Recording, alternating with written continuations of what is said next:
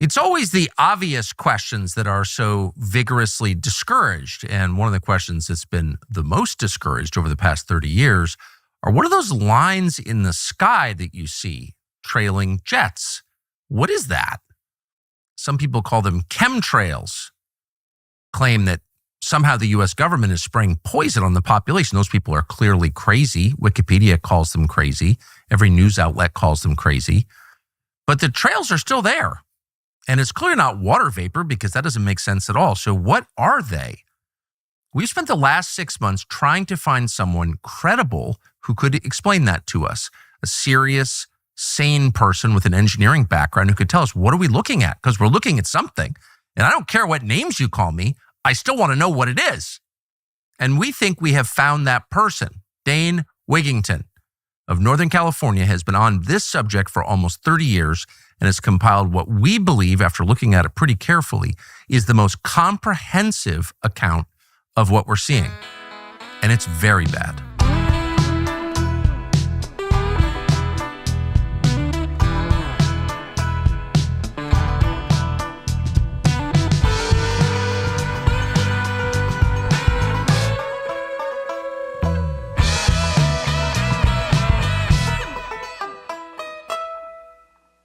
Dane, thanks a lot for joining us. I never knew what to think of this topic, chemtrails or contrails, or the stripes in the sky that linger after airplanes pass. I don't remember them as a child. They're very common now. I've heard people say there's something nefarious going on. So I go to Wikipedia to see what they say, and I want to read you the Wikipedia entry, the first part of it, on this question, okay? You may have seen this, and I'm quoting from Wikipedia as of this morning. The chemtrail conspiracy theory is the erroneous belief that long-lasting condensation trails left in the sky by high-flying aircraft are actually, quote, chemtrails, consisting of chemical or biological agents sprayed for nefarious purposes undisclosed to the general public, period. Believers in this conspiracy theory say that while normal contrails dissipate relatively quickly, contrails that linger must contain additional substances. Those who subscribe to the theory speculate that the purpose of the chemical release may be solar radiation management, weather modification, psychological manipulation, human population control, biological or chemical warfare, or testing of a biological or chemical agent on the population, and that the trails are causing respiratory illnesses and other health problems. So I read that, and the purpose, of course, of that paragraph is not to illuminate what this might be, but to attack anyone who speculates about what it might be. It's a form itself of psychological warfare, of propaganda.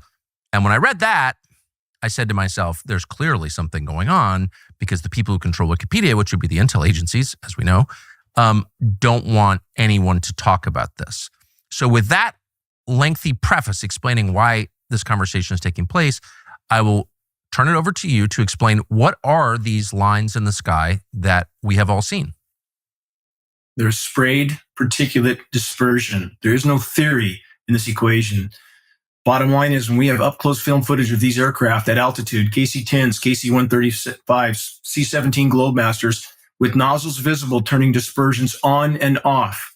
This is not, quote, condensation. Geoengineeringwatch.org is the only entity that has taken a NOAA flying lab, National Oceanic and Atmospheric Administration flying lab, top scientists in it, to sample what these heavy aircraft are emitting at altitude. That sample was processed at Rensselaer Polytechnic in New York, one of the world's most renowned testing institutions. We found exactly what we knew we would find, starting with aluminum nanoparticles.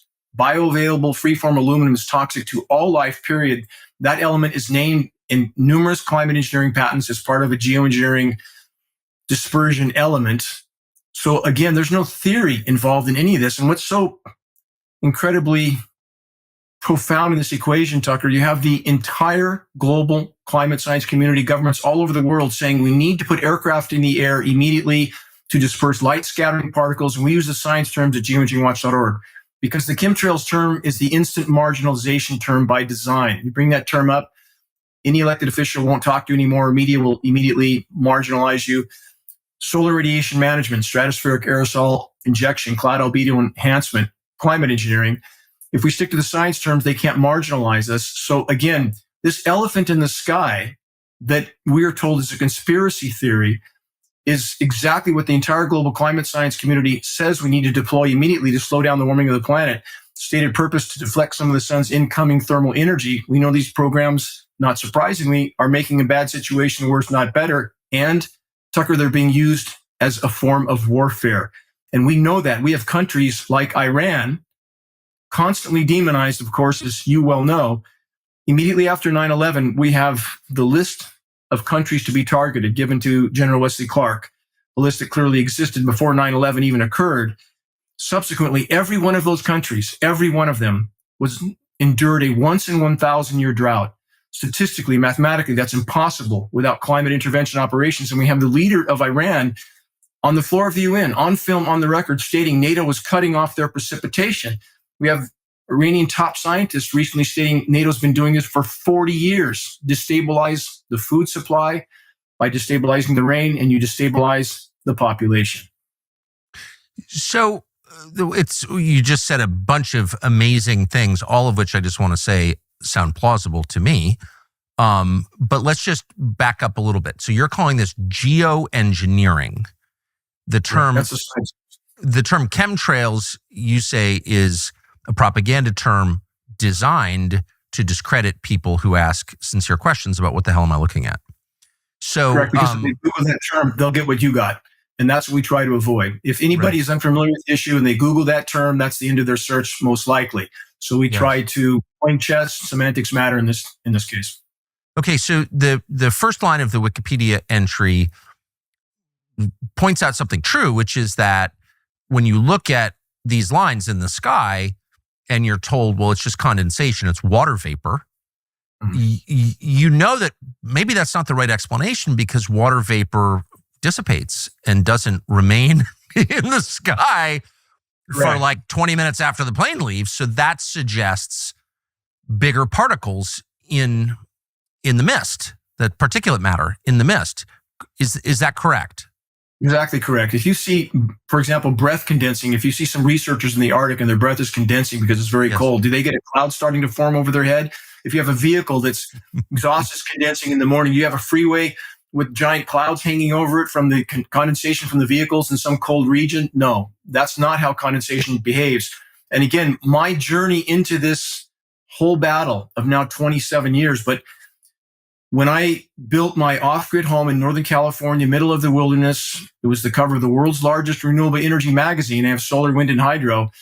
And I was losing on some days from what these aircraft are emitting 50, 60, even 70% of my solar uptake from what these aircraft were emitting. I knew that could not be condensation.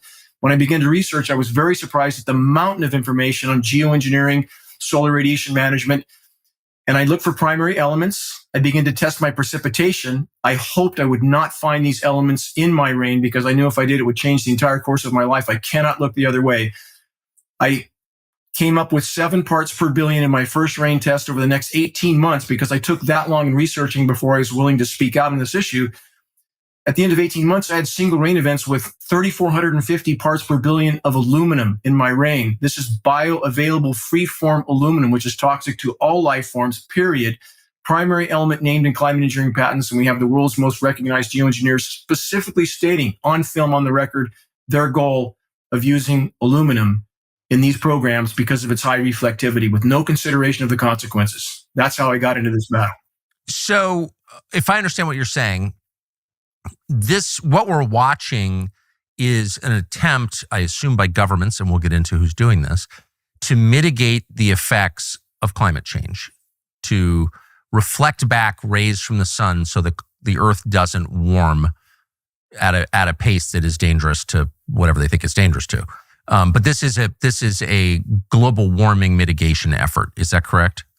That is the stated purpose. We know this is... That is the stated purpose. So I think that's plausible because there is so much energy, commitment, sincere commitment in some cases, obviously fake commitment in others, and so much money behind this effort to mitigate global warming that makes absolute sense. It is a religion. And you're saying that you were not originally aware of this or interested in it, but because you live off grid and you derive a lot of your electricity from solar and you clearly have an engineer brain, you were wondering, like, why the hell is my solar not working correctly? And that got you into this process of learning about it? correct. And I have friends in the solar industry and who, off the record, inform me that some of the commercial solar plants are producing half their design output. And they won't talk about why, because they don't want to lose subsidies.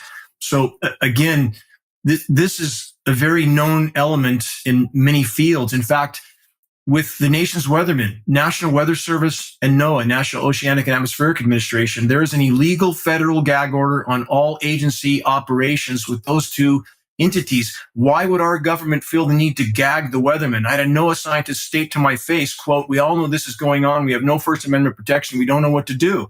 So the bottom line is, let's all just pretend this isn't going on while it's virtually dismantling the planet's primary life support systems and ubiquitously contaminating everything everywhere. I'm not just talking about aluminum.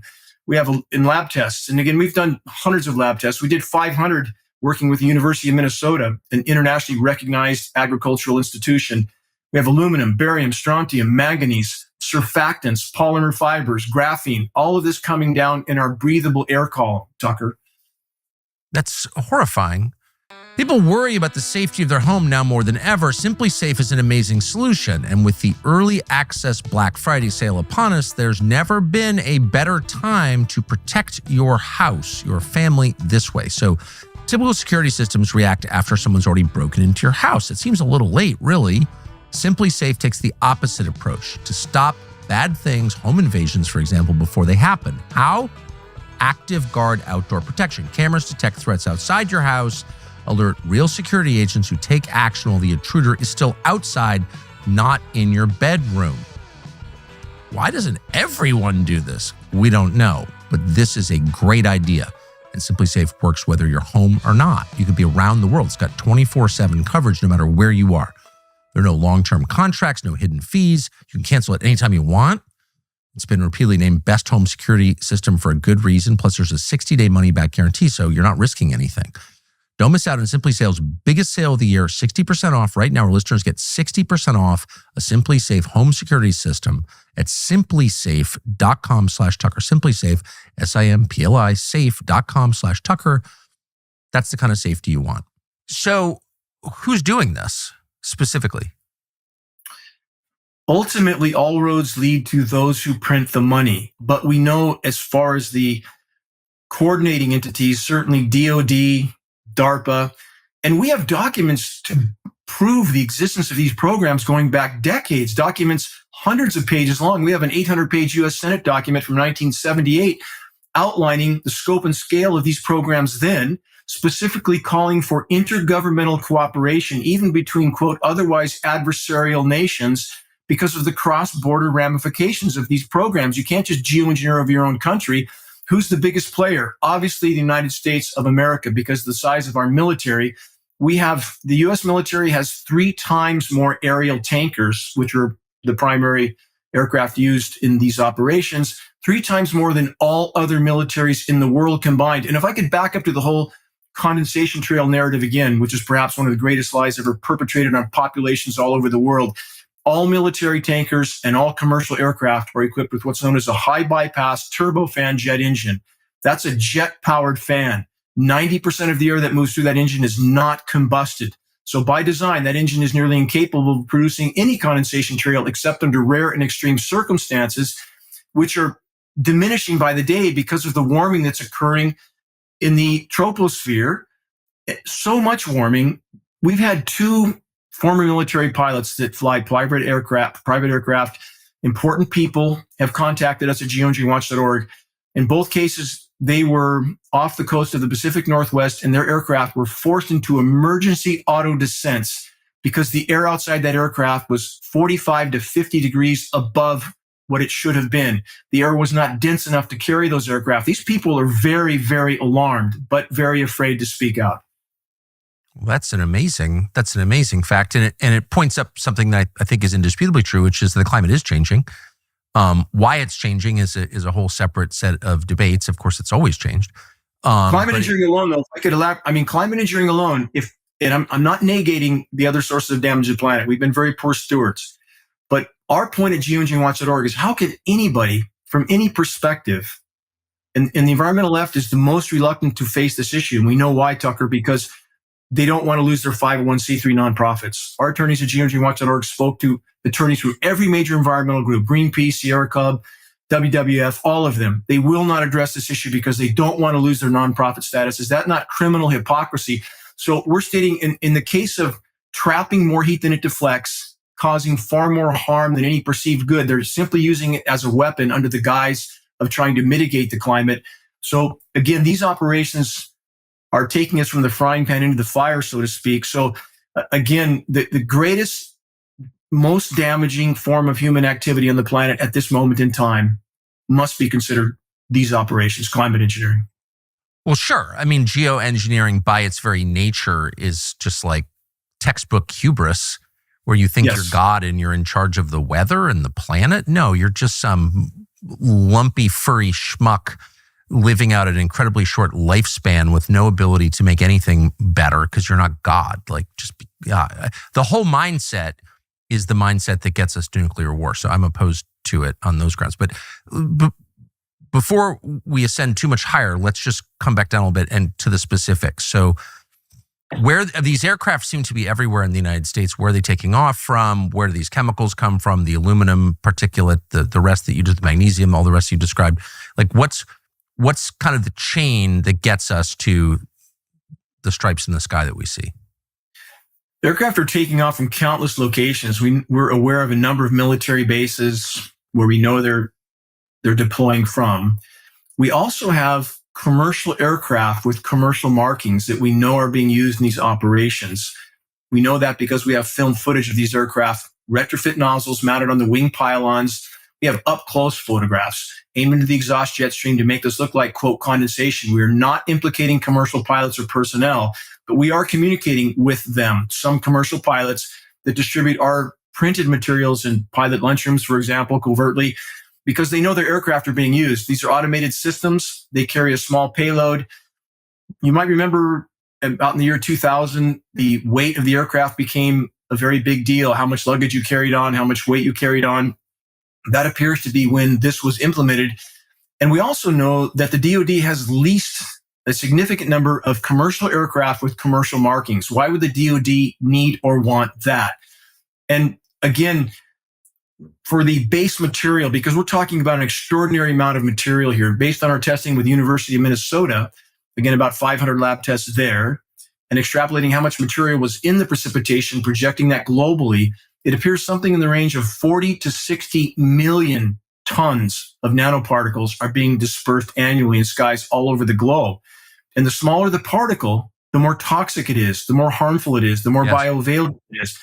And all the official air quality testing by design doesn't even look for these elements, let alone disclose them. So official air quality testing is PM10, 10 microns, occasionally PM2.5. Those are boulders compared to a nanoparticle. You can fit up to 100,000 nanoparticles across the width of a single human hair. They're inconceivably small. And the reason they use such small particles is because they stay aloft longer. And that's the goal. Keep the particles suspended in the atmosphere. And there's more volumetric forcing. There's more surface area the smaller the particle for a given amount of material. So it appears, and we have a published study on this, there is a peer-reviewed published study that implicates coal fly ash as a base material for these operations because it contains many of the elements the climate engineers feel they need to disperse in our skies, and it provides plausible deniability, and it gets rid of a waste product that they're always trying to get rid of. There's other elements added. American Elements Corporation appears to be one of the primary suppliers for these operations. But again, the fact that this can go on in our skies and the mountain of data that exists on this and the continued pretending by the so-called climate science community that this is ongoing is mind-numbing, and they won't be able to hide this for much longer, Tucker. I want to stress that. These programs will be forced to light.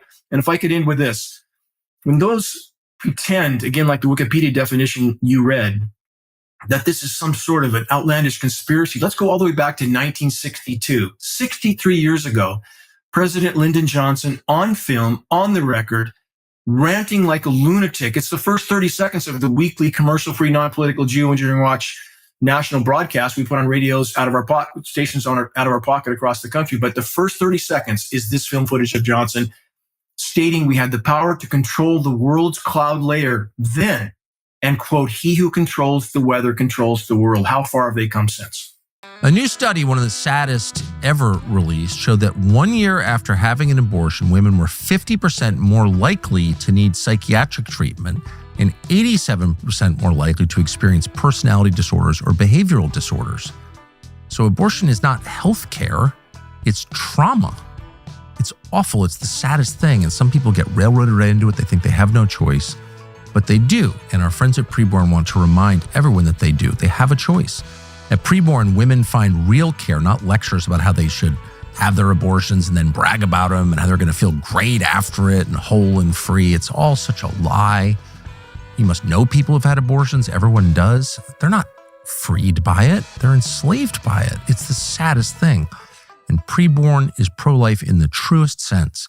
They want women to have an actual option. Preborn's network clinics welcome expecting mothers with open arms. There's no shame, no guilt. There is compassion and support. They're introduced to their babies through ultrasounds, and for the first time, they understand this is alive, this is life, this is a miracle. When a mother chooses life, Preborn walks with her for up to 2 years, providing maternity clothes, diapers, counseling, and anything she needs. With Christmas right around the corner, we hope you will support Preborn. Preborn is a 5-star rated charity, meaning that when you send money to them, they actually use it for what they say they're going to use it for. It's not for private planes for their staff, hardly. Dial pound 250 and say the keyword baby, that's pound 250 baby, or visit preborn.com/Tucker. Preborn.com/Tucker. Stand with life, true life, with the miracle and the joy of life with Preborn. Well, it's that kind of lunatic hubris that, destroys the world. And Johnson was, of course, whether he knew it or not, committed to helping destroy the world. So an evil man, I think, by any metric. So I'm not necessarily surprised. What I am surprised by, however, is the fact that this program, the one you're describing, could have continued for over 60 years at this scale, continental scale, global scale, and no one knows about it or talks about it. I mean, we have a huge government, lots of elected officials. Like, what do they say when you ask them? This is a bit like the safe and effective narrative, isn't it? Let's all have the entire medical community pretending that injecting toxic heavy metals is safe and effective. And they still pretend to this day that is the case, when it doesn't take a large intellect or an educated individual to understand that's going to do harm. And yet that narrative still continues to this day. So again, this mass psychosis of denial is mind-numbing, but you can't hide this for much longer. And we do have the climate science community now starting to speak out, starting to state how incredibly catastrophic these programs would be if they were implemented. They're not outright admitting it yet, but they're getting closer. And if we look at historical precedent, when did the U.S. military start its modification in hurricanes? And there's some interesting things going on the hurricane front this year, as in none of them. They're being deflected. And people that pretend that you can't manipulate a weather system of that size, that's absolute nonsense. The science completely disputes that. The U.S. military commenced its hurricane modification operations in 1947 with Project Cirrus. And even the results of that initial small-scale testing appeared to have so much effect on a cyclonic rotation that there were lawsuits pending from that, at which time they began to be more covert about their operations. And you said you'll notice that there aren't hurricanes in Florida. So the last few years, Florida, the west coast of Florida in particular, just been hammered, absolutely destroyed. Billions, tens of billions of dollars of damage done by hurricanes, no hurricanes this year. And you're saying that that's not an accident. Is that what you're saying? I'm saying that we know the technology exists to steer storms of that size. And let me make a comparison. You could have a 10-year-old child divert the course of a 100,000-ton freight train by pulling a lever, literally, and changing the tracks. That's correct. And that's the kind of small input, massive output that you can have with these cyclonic rotations when they have the ability to manipulate atmospheric pressure zones. This is undisputed, patented science. So why would we think they're not using these type of operations? We have historical precedent. Project Popeye in Vietnam was so successful at controlling precipitation. This is a historical record that by 1976, they passed the INMOD treaties forbidding weather manipulation for wartime purposes, but not over a country's own population. So if we look at the Can I ask you to stop? I'm sorry. You're throwing. Please. I'm so ignorant on this topic, but I'm suddenly very interested that I just want to make sure we don't miss anything. Operation Popeye, is that what you called it in Vietnam? Correct. What? Correct. I've never even heard of that. I'm embarrassed to say. What is it? What was it? Very easily researched historical record. U.S. military was so successful at controlling precipitation over Vietnam that the international community was very concerned about this, at least on the surface. And they passed environmental modification treaties in 1976, international treaties forbidding weather manipulation in wartime. So again, when people claim this is conspiracy, we don't have this kind of power and control, and they try to muddy the climate engineering issue as being the localized, publicized cloud seeding operations. Those are two completely different animals. And we see even some state legislators doing the same. And we're trying to correct that at Geoengineering Watchdog because we're working with numerous state legislators now and have been. There's legislation pending in 36 states to ban geoengineering over their skies. Tennessee and Florida have already done so.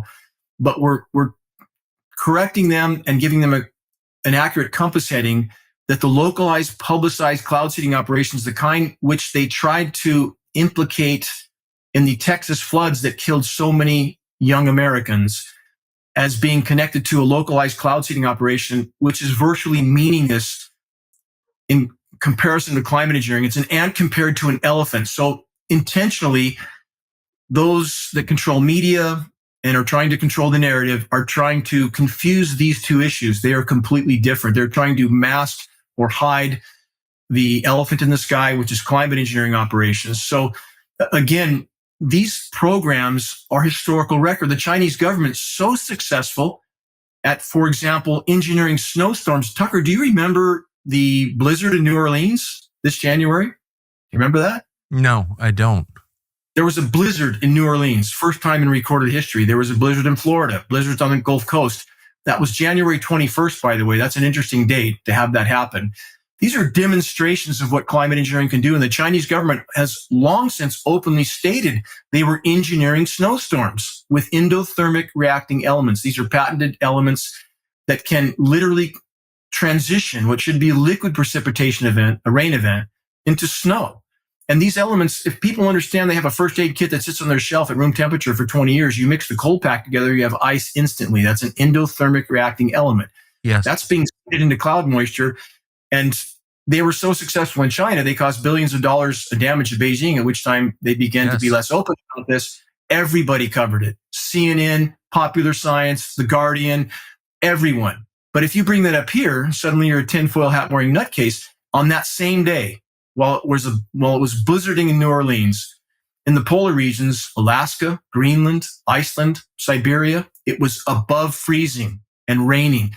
Do you remember the deep freeze in Texas, Tucker, a few years ago, 5 years ago, something like that? Yes, very well. Yeah, it shut down a lot of their grid. Correct. So when it was below zero in Dallas, it was 33 degrees warmer at the North Pole. Think about that. And that's what we're not told. So when you have, let's look at the COP climate conferences. You know what those are? The international climate conferences that we have periodically. Those conferences are not to change business as usual. They are to force countries to actively or passively participate in climate engineering. So at some of those conferences, the Cancun conference, the Copenhagen conference, we had record low temperatures at the time of the conference in spite of above normal temperatures in all surrounding areas. That's a demonstration of what climate engineering can do. So back to the hurricanes. The deflection of hurricanes so far this year, is that a demonstration to other countries as well as to the power that the U.S. military has to manipulate atmospheric pressure zones? And again, these are patented processes. For listeners that have heard of HARP in Alaska, I'm not sure if you ever heard of that, Tucker, HARP? No. Okay, that's images of that exist. There's no dispute as to its function or what the patents outline that it can do. Even Discovery Channel did a long episode, which they've seemed to be taken off the air now, called Controlling the Weather. But that's a weapon of mass destruction. They play it off as a benign research facility. That's an ionosphere heater. It transmits 3.6 million watts of power to the electrically charged ionosphere, causing an electrical chain reaction. They're literally using the atmosphere as a physics lab, which we know they do, right, Tucker? You know of Project Starfish Prime and Project Fishbowl, if you've heard of those. Those are the U.S. military's experiments with detonating hydrogen bombs in the magnetosphere, which they thought could collapse the whole atmosphere. Did that stop them? No, it didn't. So installations like HARP are used to control atmospheric pressure zones back to the hurricanes. If you can manipulate atmospheric pressure zones with these directional ionosphere heaters, you can literally manipulate their path. And is that what we see going on? Is that a demonstration to others right now? Does the administration want to not have a big hurricane cataclysm since they've gutted all the emergency protection, everything? Do they not want to fight that battle too right now? We don't know. We can speculate on those things. But the fact that there is nothing that we can call natural at this point is indisputable. That's amazing. When you drink a cup of coffee from your typical douchey woke coffee company, you're supporting an entire agenda you may not be aware of. It's not just about coffee. It's about Antifa, BLM, trans indoctrination, the notion that masculinity is somehow toxic, and other programs specifically designed to destroy the West from within, and they've been pretty effective. You shouldn't have to support any of that just because you want to drink great coffee. You can do both. You can have an excellent cup of coffee, and you can defend what matters in your nation. Black Rifle Coffee is a really good way to do that. Veteran-founded, mission-driven, Black Rifle Coffee donates to groups that you would be proud of, not ones that hate you. Their money goes to the right places, and they're going all in this Veterans Week. From November 7th until the 11th, Black Rifle is raising money to eliminate up to $25 million in veteran medical debt. That is a life-changing difference. Visit blackriflecoffee.com/Tucker. Use this code, Tucker, pretty simple, for 30% off your first order. Black Rifle Coffee, it is purely American. A couple different threads. One, the U.S. military in this country, our military runs propaganda operations against our population, and they do it on social media. And of course, they do it through the conventional media as well, and they have for a long time. But it's certainly gotten more aggressive. So that's illegal. It's immoral. Anyone who participates in that should be in prison. But it happens, and unfortunately, we haven't been able to stop it. So we know that they lie to our population about a whole bunch of things, including what they're doing. Two, we know that in the past 15 years, you see these kind of fat, effeminate generals all of a sudden talking about how climate change is like one of the main national security threats, and like the purpose of the U.S. military is to fight climate change. There's been a lot of that, and it's very confusing to people like me who think of the purpose of the U.S. military as like shooting people trying to invade our country. Like, what does climate change have to do with national security? But they've been saying that a lot. And your description suddenly makes it all make sense. Like, a lot of what they do is trying to mitigate, or saying they're trying to mitigate, the effects of climate change. I mean, I guess this is more out in the open than I realized until right now. I would call it masking the effects, because they're certainly not mitigating it. Everything they do, every short-term toxic surface cool down comes at the cost of a worsened overall warming and damage to the planet. And you're completely correct, Tucker, completely correct in the U.S. military top brass statements on the record that they consider the collapsing climate system the greatest national security threat of all. So when you have so many military bases at sea level, some of which are already being inundated, that's a part of the problem. But you have other elements, for example, and this is from a perspective of the existence of the human race and how much longer we're going to be here. The ozone layer is near functional collapse right now. It's not the hairspray cans. Single greatest damaging factor is climate engineering, period. Not just the oxidizing particles that are being dispersed in our atmosphere, but the manipulation of those particles with extremely powerful frequency transmissions. So we know that of all the towers being put up everywhere for, quote, communications, fake trees and, all the different forms they come in, we know that many of those installations are being supplied with 10 times more power than they need. That's part of my background in the electrical field. I know people that work on these towers. 10 times more power than they need for communications. Why do they need that much more power? 1,000% more power. And we know these facilities are being used to manipulate the electrically conductive atmospheric particulates. There's a repelling effect caused from these transmissions because we can see the effect on water vapor loops. So if we look at the flash flooding in Texas as an example that killed so many young Americans, we captured in real time, and I'm still surprised we have access to these data loops because we have access to the transmissions from the NextRad network that are used to manipulate weather systems. And what happened in that case was because of the repelling effect of those transmissions, and picture this scenario, when there was that convective cell over that location and transmitters energized all around that cell, and we recorded that, it's posted online. That in effect held that cell in one place. It precipitated out in one location. We can speculate about agendas and objectives. We can't know that. But the fact that that storm was manipulated is beyond dispute. Same with Hurricane Helene. We recorded that in real time. The frequency transmissions manipulating that storm and steering it into place. It's indisputable. These are patented technologies. Hurricane Harvey, we recorded that. How did meteorologists know 7 days in advance that Hurricane Harvey was going to go where it went and sit there for 3 days? How could they possibly know that? Frequency transmissions held it there. We recorded that in real time. And again, these people are reading scripts, Tucker. They're literally reading scripts passed down to them by Raytheon, private defense contractors Raytheon and Lockheed Martin that are neck deep in climate engineering, everything, patents, operations, everything. And they literally supply and provide the quote forecast, which is the scheduled weather, to the National Weather Service and NOAA, our nation's weathermen. That passes all the way down. And local meteorologists simply, they know how long their leash is. They're protecting their paychecks and pensions. They toe the line as well, just like the safe and effective in the medical community. Everybody just toes the line because they don't want to disrupt their personal paradigm. These storms are being steered and manipulated, period. That's beyond dispute.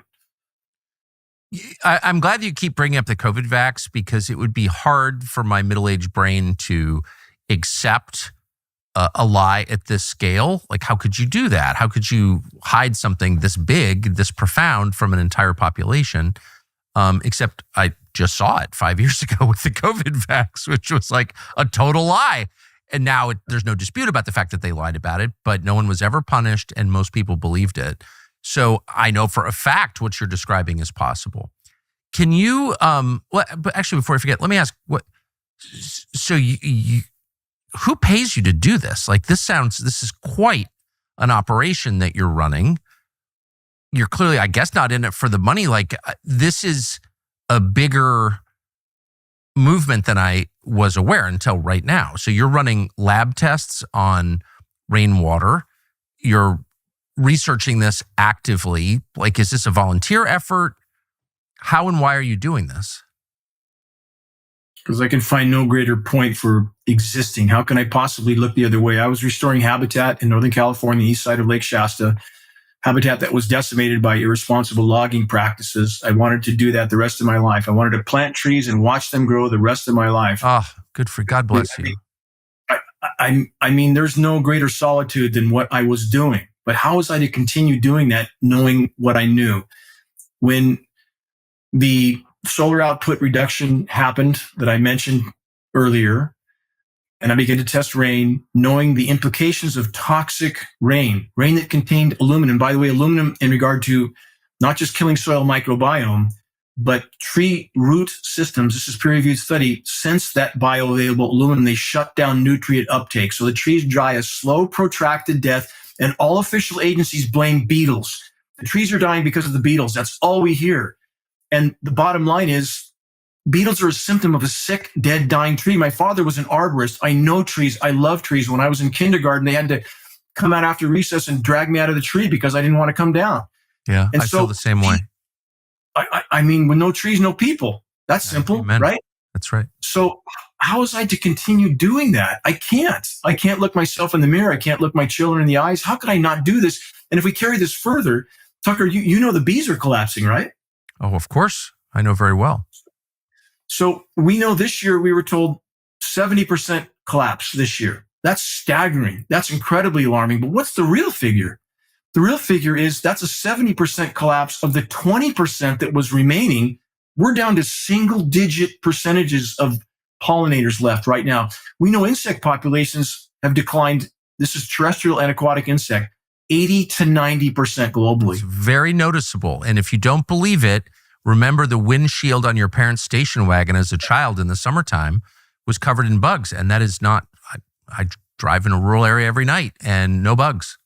That's real. No bugs, no people. Also, we publicized this in 2012 with my work with former government scientists that could speak out because they were retired. And the science community tried to marginalize us. And now they've had to admit to it. If your listeners search insect apocalypse, they'll find the alarms going off all over the globe because this translates to plankton as well. No plankton, no people. We have peer-reviewed science study now from the Atlantic. Plankton population is down 90%. 90. Other oceans not far behind. That's the greatest oxygen producer on the planet. That is the base of life on Earth, plankton. We are the human race right now, Tucker. I've used this example before, but it sends a message that's very accurate. It's like occupants of a car parked on the railroad track. The train is seconds from impact, lights flashing, horn blaring, and they're trying to decide what station to put the radio on. I mean, no matter what other issue we're facing, and I would argue power structure maneuvering right now from conflict zones to carnage zones, many other factors are directly related to the unfolding and accelerating biosphere collapse, which climate engineering is fueling, not mitigating. It's fueling it, and they will not let go of this covert weapon of control. It is the crown jewel weapon with which they can, have been, and are bringing populations to their knees, including our own, without those populations ever even knowing they're under assault. They're not going to let go of this weapon. In regard to our military brothers and sisters that are participating in this, because many ask that question, why would they? But the bottom line is, and I've heard you say, I just heard you cite this, and I thank you for doing so, that our military brothers and sisters took an oath to protect their populations. I heard this on a former presentation you just made, to protect their populations from all threats, foreign and domestic. So they're being compartmentalized, and they're being told that these programs are some benevolent, necessary operation. Just like the pilots in Vietnam, I'm sure were told when they were spraying Agent Orange on everybody, they're not told this is going to kill your comrade on the ground. Of course they're not told that. So here we are. And I think in a lot of cases, people don't know. They don't think it through. I mean, again, they're so high on this false feeling of omnipotence, like we're in charge, we have the technology, we can make things better. I mean, people delude themselves. I think I know good people delude themselves into committing evil because, they think they have this power that they actually don't have. So, okay, the bees start disappearing, the bats, as you know, of course, insects, plankton. These are all phenomena that most people are not going to notice because they live in cities. They're not in touch with bees, okay, or insects. But the trees dying is very obvious. I mean, these are, plants that live for 100 years and all of a sudden they're dying. The fir trees are dying. Give us a sense of American forestry right now. Like, how are the trees in this country? I think the more important statistic might be globally at this point, because we have that statistic. Tree cover has declined since pre-civilization baselines, 66% gone. The remaining 1/3 is dead and dying. Trees, we've changed atmospheric chemistry so much. Forests do not smell like forests anymore. Anybody who knows trees and knows what forests once smelled like, yes, knows that scent is gone. Why is it gone? Because of the now intense UV radiation that's bombarding the planet. And we're getting, by the way, UVC in the surface. I mentioned the ozone layer collapse, climate engineering, single greatest factor. And the climate science community acknowledges this, by the way, Tucker. They acknowledge openly, if we geoengineer, if we haven't been for 80 years already, by the way, these programs were immediately deployed after World War II. That's how long they've been ongoing. But the science community openly admits that if we were to geoengineer, it would destroy the ozone layer. We had a former NASA contract engineer working directly for geoengineeringwatch.org with state-of-the-art metering equipment into 5 figures we supplied. And again, we do this out of pocket. We don't monetize anything. Our film, The Dimming, the groundbreaking documentary, The Dimming, which is the standard on this issue, 26 million views, non-monetized, posted for free the day it was done. I'm in this for the cause. If we don't win this battle, nothing else matters. And back to the trees. the forest that doesn't smell like forest anymore because the trees are shutting their stomata. That's a respiratory port on the trees, allowing them to breathe, to feed on carbon, to release oxygen. They are not respirating. They're dying a slow, protracted death. That's the second greatest oxygen producer on the planet. Again, from every conceivable direction, climate engineering is pounding the nails into our collective coffins, but they will not let go of this covert weapon of control. And for those that say they wouldn't do this to themselves, again, they already have. We detonated 2,400 nuclear bombs on the planet. How many people know that? The Nevada detonations, which they did in total secrecy, right? We know now from peer-reviewed study, the downwind fallout from the Nevada nuclear bomb detonations killed no less than 700,000 Americans. That's peer-reviewed study. How many people know that? So again, they don't care about the consequences of what they do. We know as far as biological testing, according to the Washington Post, as of 1977, U.S. military had conducted no less than 239 open-air biological tests on innocent, unknowing civilians. Oh, come on now. Biological warfare tests on Americans? Yeah, I know you know. You must know that. Look it up.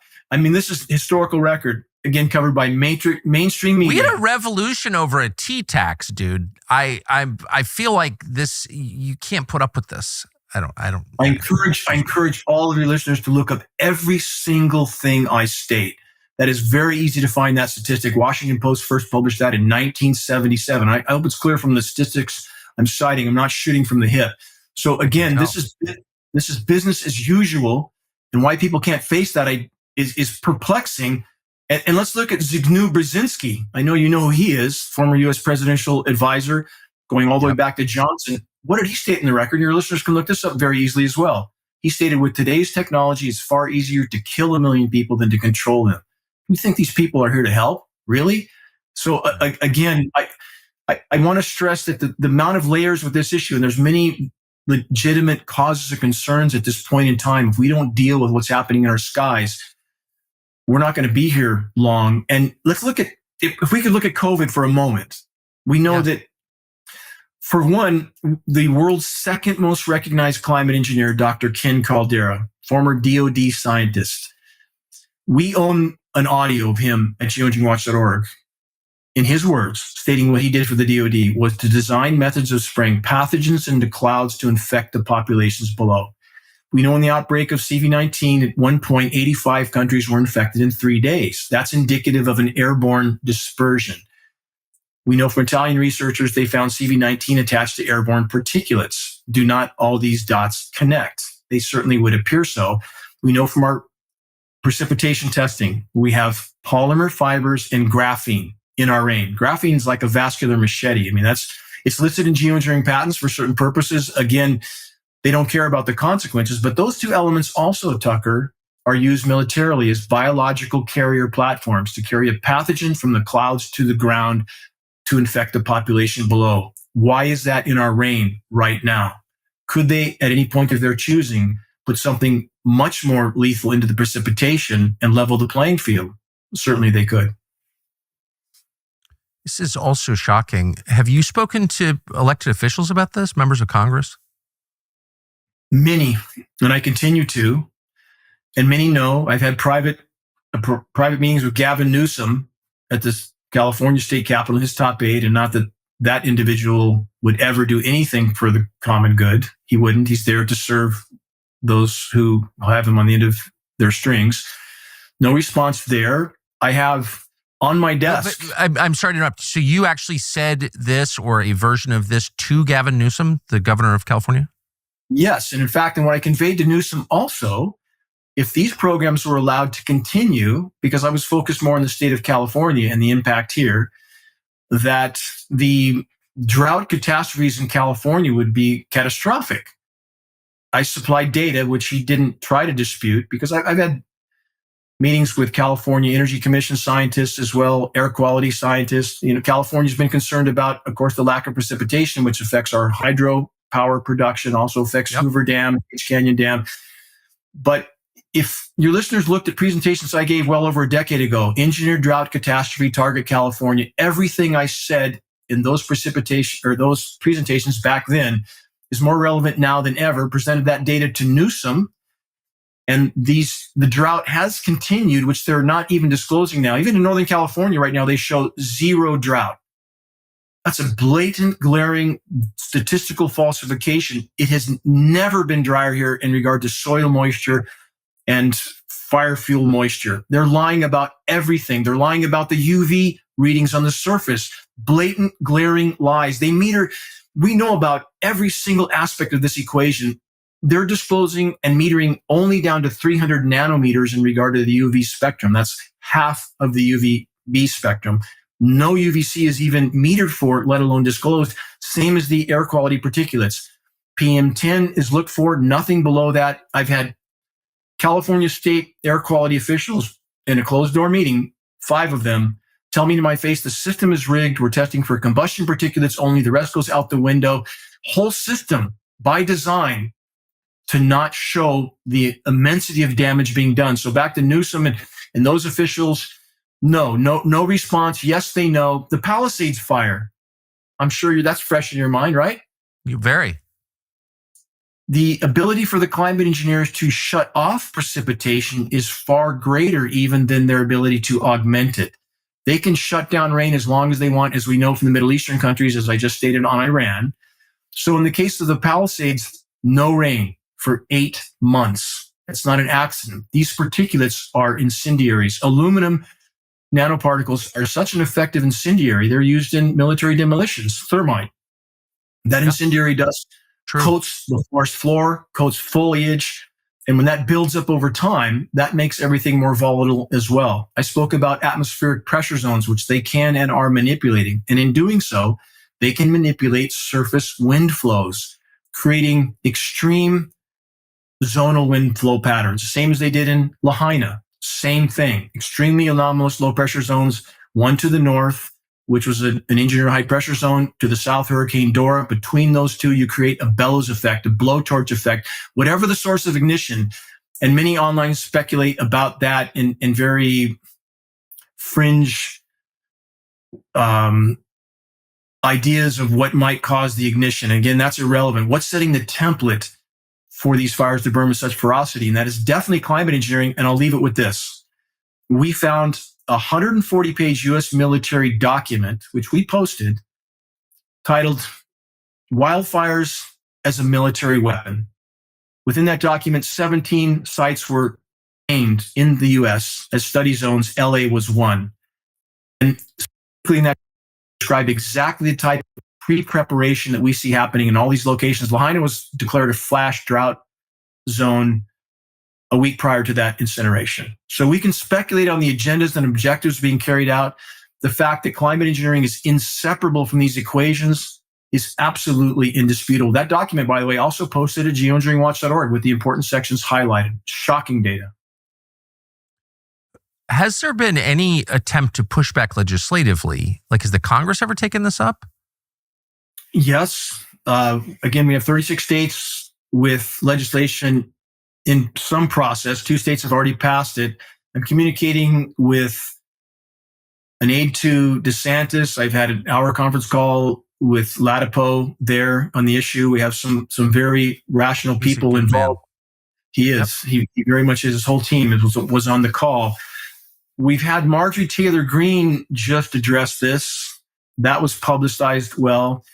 We tried to reach Mrs. Greene before this to try to give some compass heading, because if you fly into this blind, you can do more harm than good. And one thing we encourage, unfortunately, Marjorie didn't get this message. We hope she does at some point.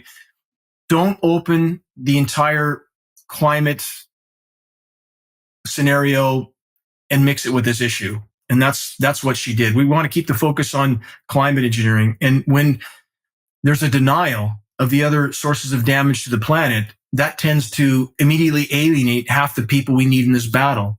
So what we would try to encourage other legislators to do is, if the subject of the climate comes up, that how can we have any legitimate discussion of climate, anything from any perspective, without first and foremost addressing this elephant in the equation? And that narrative is much more productive at building bridges instead of burning them.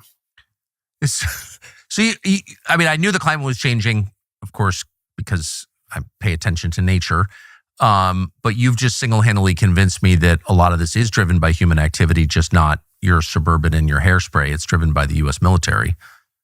Well, it's both. Though I want to stress again, we are not denying at geoengineeringwatch.org that, again, statistically, we are putting about 100 million tons of carbon into the air a day, 26 million tons of coal, 100 million barrels of hydrocarbon. We're cutting down the forests. We're paving the planet. We're poisoning the oceans.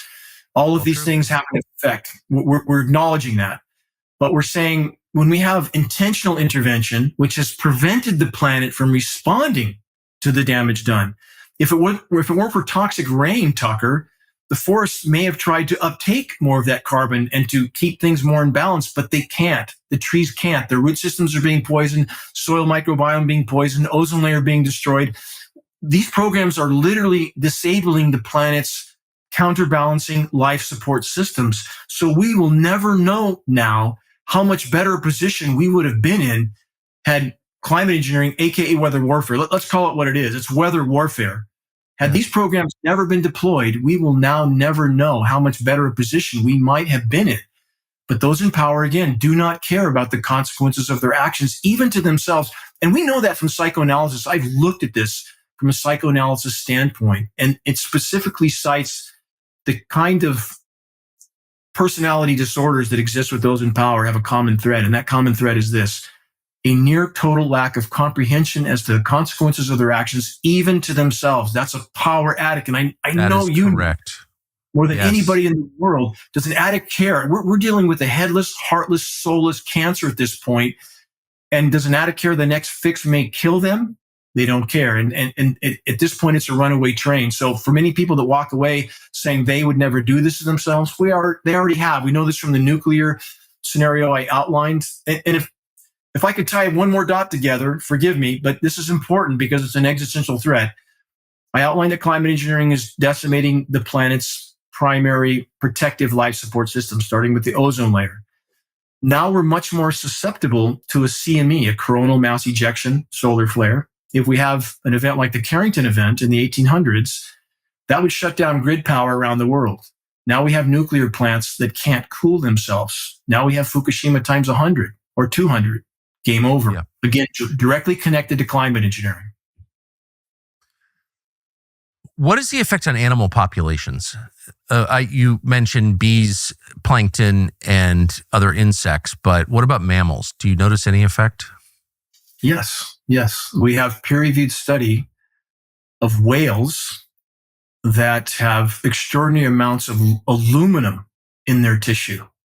Where's that coming from? This is bioavailable aluminum. And you might hear the attempt to debunk this is to say, well, aluminum's a very common element, which it is. It's the third most abundant in the Earth's strata, but it does not exist in free form naturally, period. Yes, that's correct. Always bonded to other elements. So that's the part that they leave out. So when we have even whales absorbing this same material, having an obvious effect in regard to overall global animal populations, wildlife populations, down conservatively about 75% in the last 40 years alone. That's 75% of an already depleted population. The giant herds of caribou, you've seen films of that, right? Tucker, 1 million strong. Some of those herds were 1 million. They're down to 5,000 or less from 1 million. Virtual crash. And we have some extraordinary images from what chemical ice nucleation can do. It is profound.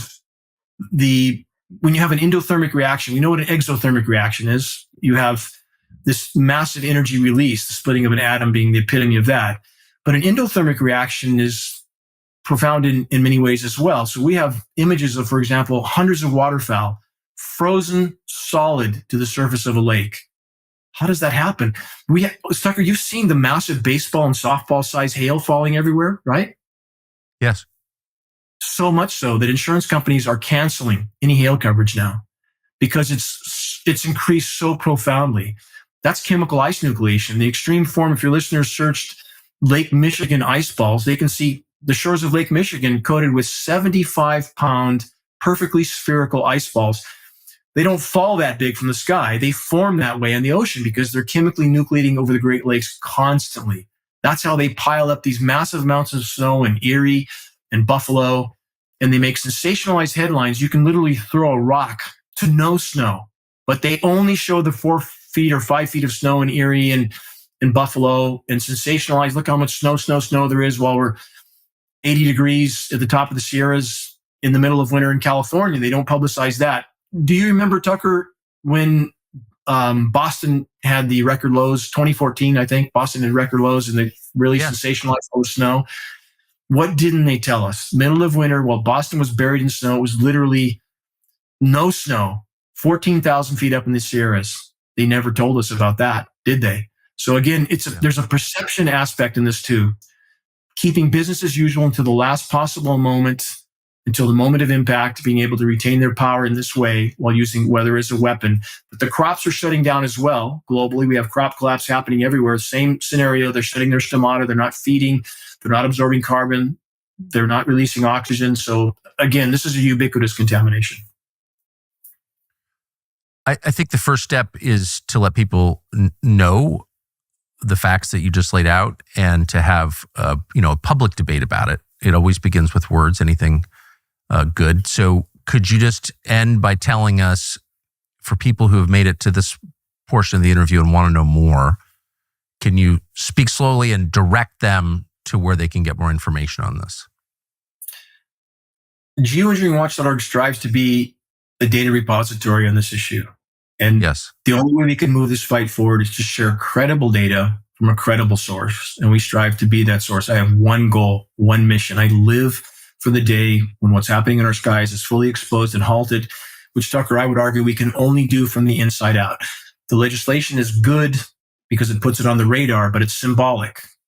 They're not going to stop DoD operations from that. Only by pushing this issue to the full light of day can we cause a shockwave around the world so that populations in countries all over the world understand what their governments have either actively or passively done to them without their knowledge or consent. And in doing so, our military brothers and sisters would hopefully awaken to what they're doing to their countrymen.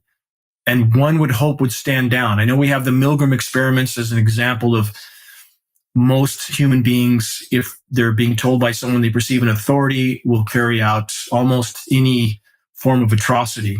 And we need to get past that. But if we can fully expose this, the fur will fly. I would argue we would alter the equation and drag many other issues with it. Issues like 9/11 or the safe and effective, because you can't hide what's happening in our sky. There's many issues that people can and try to put in the rearview mirror. You can't do that with this. It's getting worse by the day. The damage done is getting worse by the day. But if we share credible data from a credible source, that's much more effective at waking people up than running out in the street, pointing at the sky and ranting. If they can look at satellite images, which we capture, the moment we see them on the NASA satellite feed, we capture them because they try to scrub them off. We have satellite images that are beyond shocking, that you don't need to know anything about meteorology to know something very radical and very wrong is going on. And we put that on our printed materials, which we distribute to all legislators, and we supply them for activists and populations. There's about 500,000 of our 20-page booklets in circulation right now. We're trying desperately to give visuals, which are a much better key to the door. We're trying desperately, again, with legislators to not open up the whole climate condition front or climate change front. Stick to this issue. Stick to this. And we can't have a discussion about climate unless or until we deal with this first. We take this out of the equation, then we can assess where we're at. So again, by knowing how to play chess, by knowing the chessboard, we need to play effectively and efficiently. And if we can do that and start spot fires of awareness, ask others to do the same, we will put enough holes in the dam that those in power can't plug the leaks, and we will push this issue to the full light of day. And if we can do that, we will alter the equation. And again, time is not on our side. We can avoid a toxic medical concoction injection. We can avoid a lot of things. We have to breathe. Every breath we take is filled with these nanoparticles. In fact, we have peer-reviewed study to prove that as well. And we have, in the case of the nanoplastics, the climate science community is now starting to admit to that. They're showing up in human brains, lungs, placenta, everything, every human organ.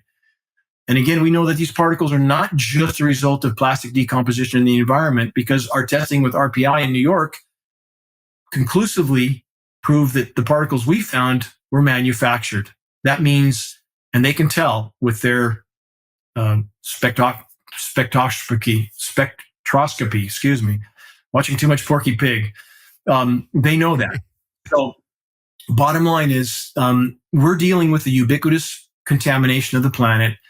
And if we can't breathe without inhaling that, the ramifications are beyond grave. That's a fight for life right here, right now.